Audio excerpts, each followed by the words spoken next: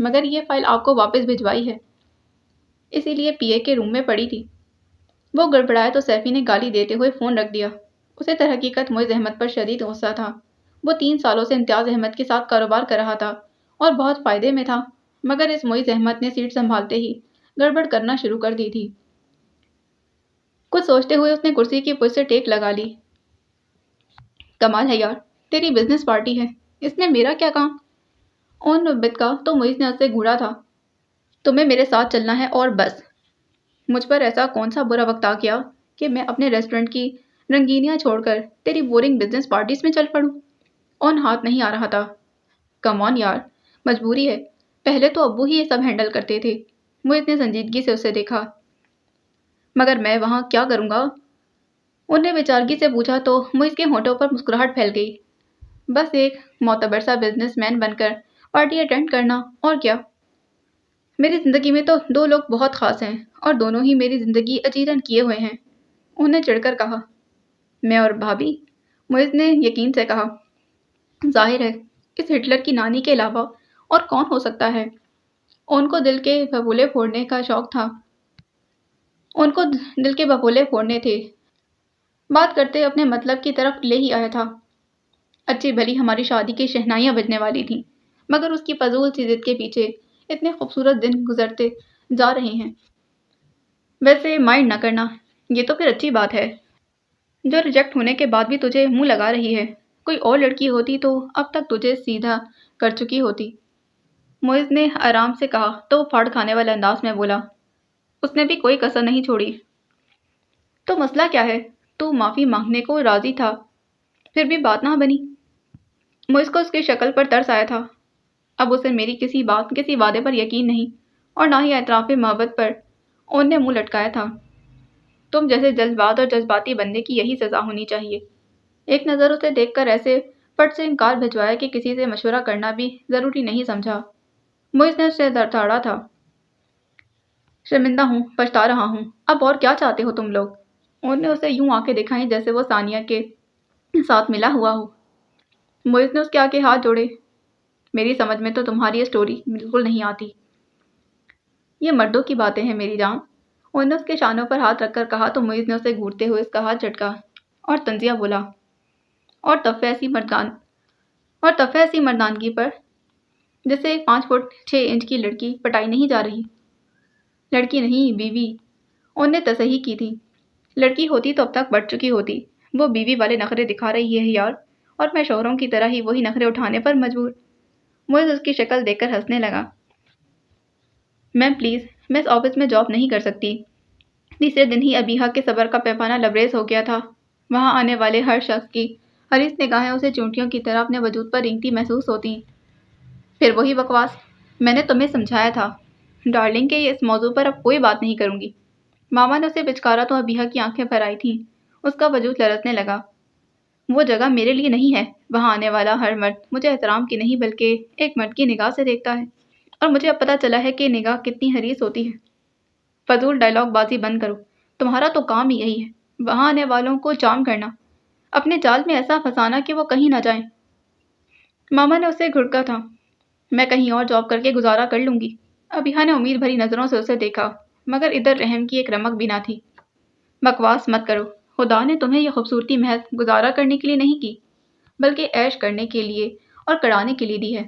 ناشکری مت بنو۔ پھر انہوں نے اسے آرڈر دیا تھا۔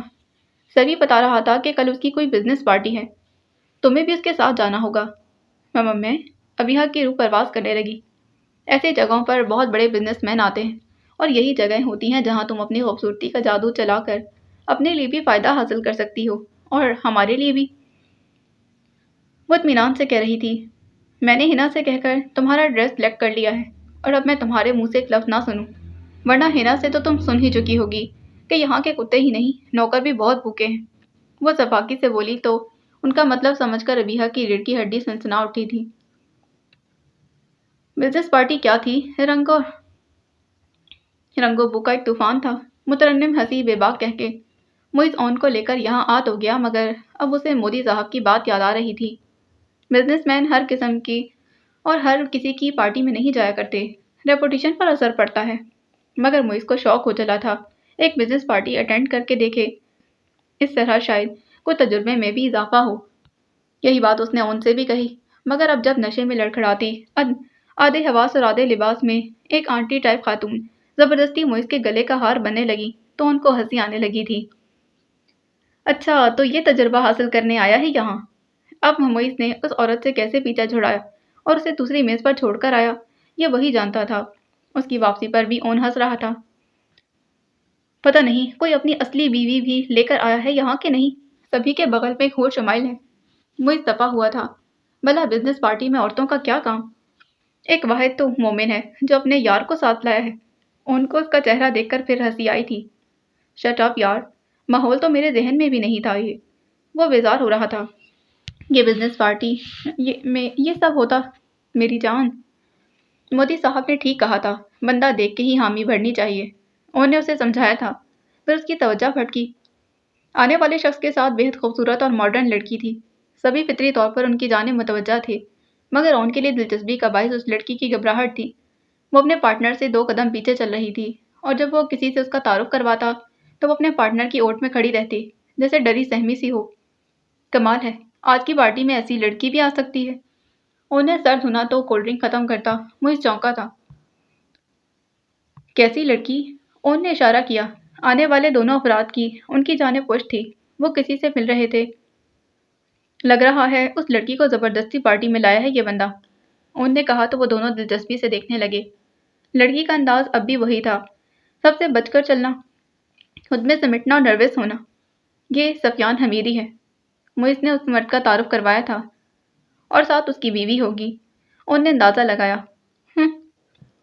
بیوی ہوتی تو ابھی کسی اور کے ساتھ ہوش گپیاں لگا رہی ہوتی۔ موئز نے نگاہ پھیر لی۔ یار لڑکی کچھ دیکھی دیکھی سی لگ رہی ہے۔ ان نے گردن موڑ کر ایک بار پھر پیچھے دیکھا۔ وہ لڑکی اب ایک ٹیبل کے گرد رکھی کرسی پر بیٹھ چکی تھی، اور اس کا سائڈ پوز ان کے سامنے تھا۔ بہانوں سے مت دیکھو، یہاں جو عورتیں آتی ہیں وہ دیکھنے سے نہیں بلکہ نہ دیکھنے سے ناراض ہوتی ہیں، اسی لیے تم بھی چاہو تو اس کی سیٹ پر جا کر کوئی پرانی واقفیت نکال سکتے ہو۔ معید نے اسے اچھا خاصا رگیٹ ڈالا تھا۔ وہ آنکھیں دکھانے لگا۔ السلام علیکم۔ اس قدر اچانک سلامتی پر دونوں ہی چونکے، اور سفیان حمیدی تھا۔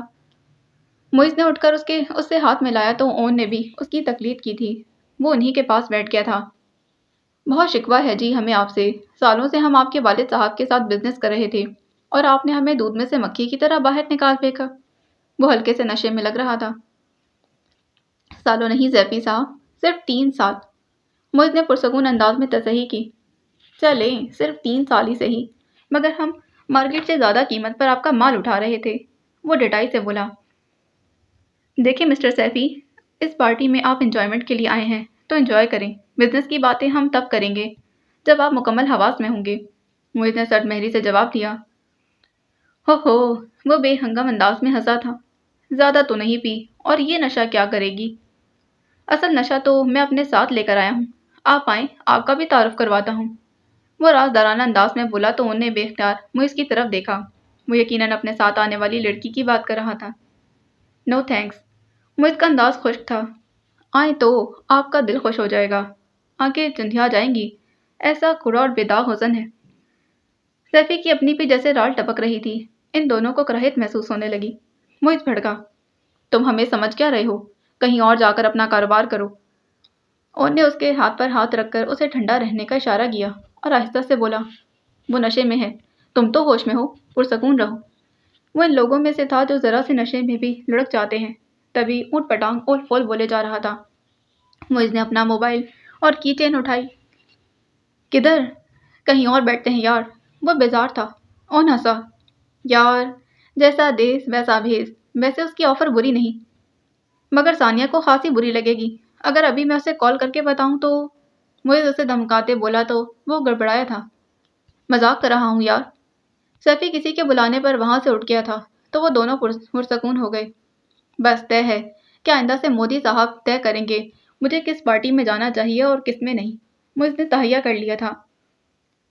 ہاں جب تک تم بڑے نہیں ہو جاتے، اور نے لقمہ دیا۔